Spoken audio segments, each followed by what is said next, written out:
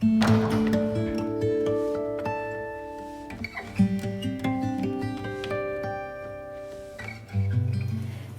خدمت دوستان عزیز و نازنینم. خوشحالم که با یک برنامه دیگه در خدمتتون هستم. امیدوارم هر جای دنیا که هستین خوب و خوش و سلامت باشین. اول از همه میخواستم از همه دوستان عزیزی که لایک میکنن و کامنت میذارن بسیار تشکر کنم. متشکرم از انرژی که به من میدین. و اینکه امروز میخوایم یه برنامه خیلی جالب داریم برای تهیه کوفته تبریزی به روش مادر بزرگم که چجوری میشه یه کوفته وا نمیره. اولا که یه چند تا نکته هست در مورد تهیه کوفته تبریزی باید حتما خدمتون بگم.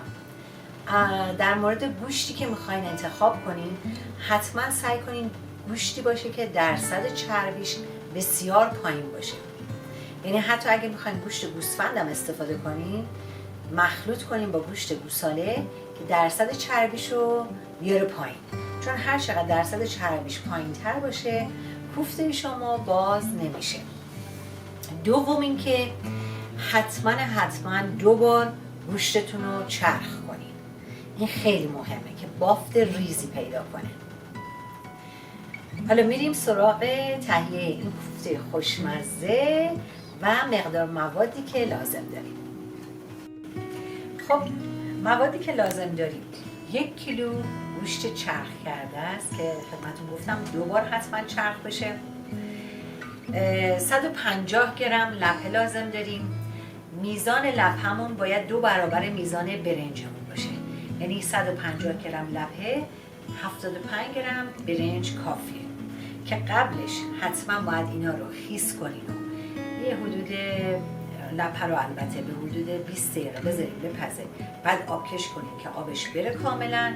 برنجم یه مقدار آب توش میریزین که نیم پز شد، کامل آبش کشیده شد، میذارینش کنار که من البته این کارا رو انجام دادم که دیگه وقتتون زیاد گرفته نشه. اینا موادی که برای خود تهیه خود کوفته میخوایم. و سبزی خیلی مهمه. اگر میخواین سبزی تازه استفاده کنین حتما یادتون باشه بذارین کامل آبش گرفته بشه، چون اگر آبدار بشه بازم باعث بشه که کوفته‌تون باز بشه. اما اگه میخواین از سبزی خشک استفاده کنین که من امروز از سبزی خشک استفاده کردم، معمولا برای کوفته ترخون، مرزه، نعنا، ریحون و جعفری استفاده میکنن. ولی گفتم این روش مادر بزرگمه، اون یه مقدار شیویدم میزد توش با تره، بسیار خوش عطر و خوشمزهش میکرد. حالا اگه دوست داشتین میتونین اینم اضافه کنین، بسیار لذیذ و خوشمزه تر و خوش عطر تر میشه کوفته‌تون. سبزی هم که اینه.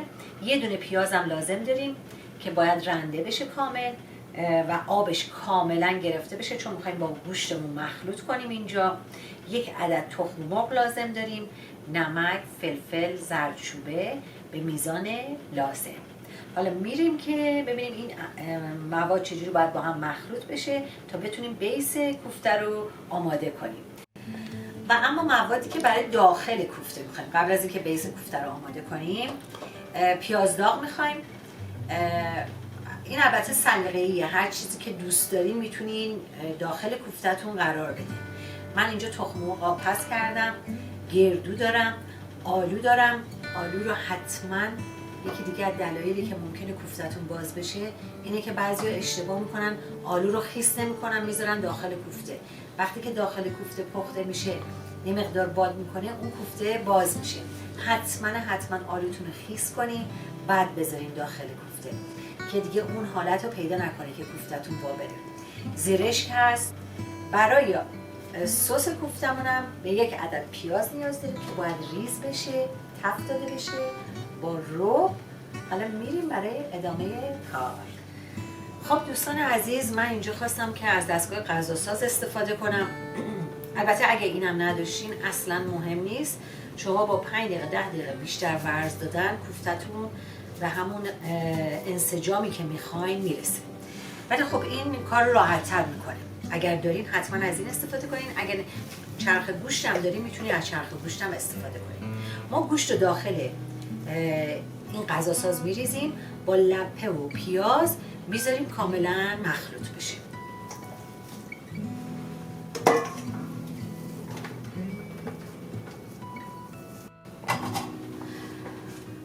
خب همونطور که ملاحظه میکنیم گوشت و لپه و پیاز رنده شده رو ریختم داخل غذاساز.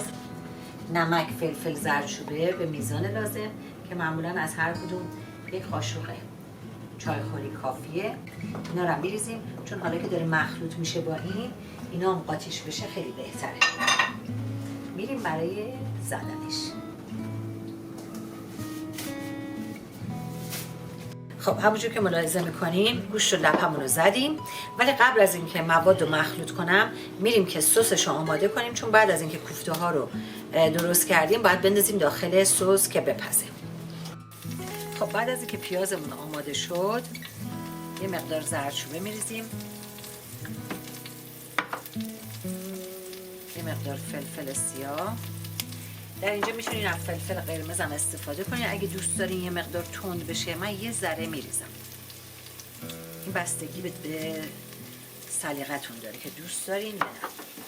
بعد از اینکه اینا تفت خورد یه قاشق و نصفی روب رو اضافه میکنیم، میذاریم تفت بخوره. در اینجا یه مقدار نمک هم اضافه میکنیم به این سسمون و دیگه آب جوش.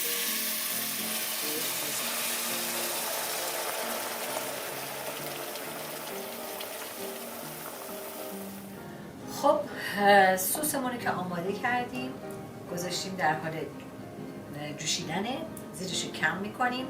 میایم برای تهیه کوفتمون.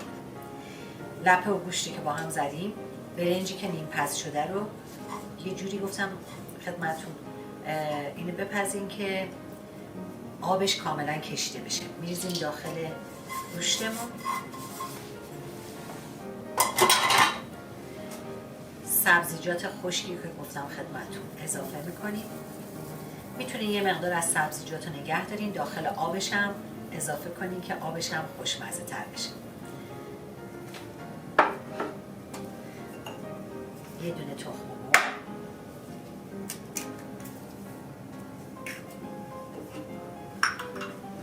نمک و فلفل و زردچوبه هم که اضافه کردیم. البته بعضیا میان به برنجشون یه مقدار زعفرون میزنن که یه حالت خوش عطری هم پیدا کنه، ولی من خواستم خیلی دیگه سنتی باشه و اونو اضافه نکردم، چون همون زردچوبه و فلفل سیاه کافیه براش با نمک.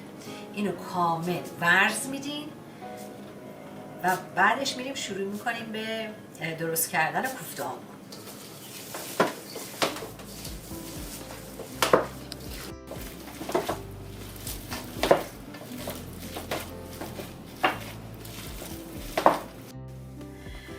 خب همونطور که ملاحظه میکنین کاملا مواد کوفتمون رو مخلوط کردیم. حالا میریم برای درست کردنش.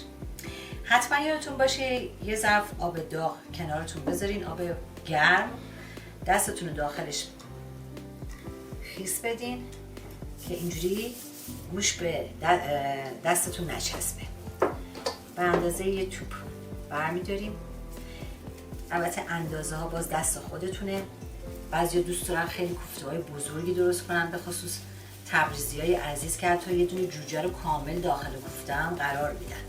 بعضی هم نه، دوست دارن کوچیک‌تر بگیرن و همین مواد مثل تخم مرغ، آبپز و گردو و پیازداغ و اینا رو داخلش بذارن. خب بعد از اینکه کوفته‌تون رو به این شکل کروی کردین، با انگشتتون داخلش فشار میدین. از هر موادی که دوست دارین میتونین داخلش بذارین. حالا من اولی رو میخوام یه مقدار پیازداغ و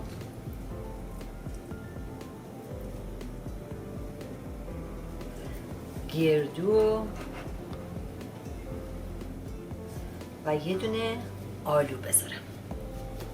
بعد از اینکه اینا رو گذاشتیم ببندینش، دوباره شروع کنیم به ورز دادن.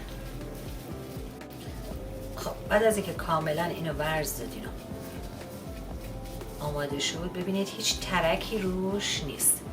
اینو میذاریم کنار، میریم سراغ بعدی.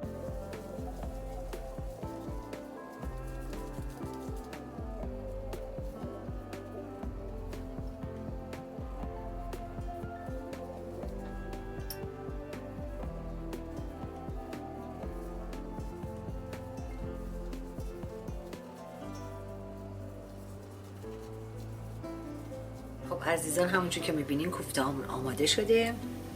سسمون هم که گذاشته بودیم رو گاز جوش بخوره. حالا شروع می‌کنیم کوفته ها رو داخلش انداختن.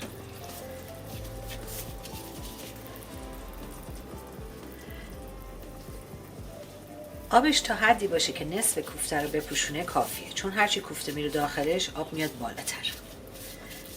و بعد از اینکه خودشونو گرفت میتونیم غلتش بدیم که همه طرفش سوسی بشه. حتما یادتون باشه هیچ ترکی نداشته باشه کوفته ها.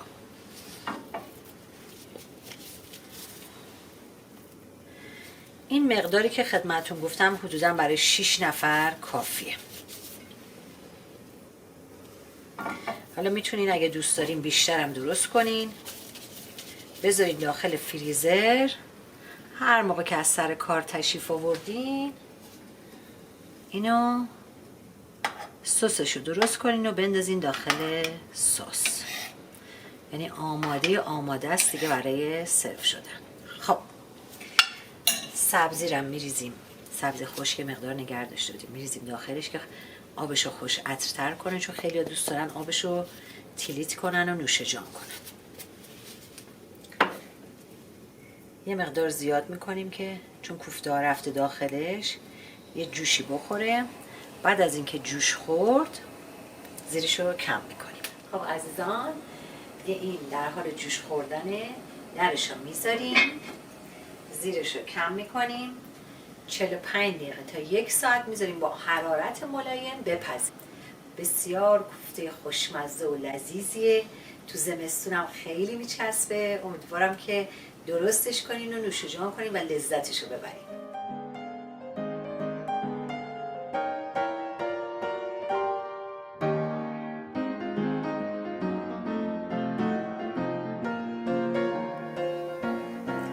خب همونجور که ملاحظه میکنین غذامون آماده سرو شده و این کوفته خوشمزه نه وا رفته نه چیزایی رو که خدمتتون اعلام کردم اگر رعایت کنین امکان نداره کوفته‌تون وا بره.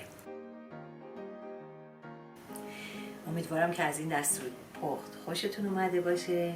نوش جونتون باشه. تا دیدار بعدی، خدا نگهدار.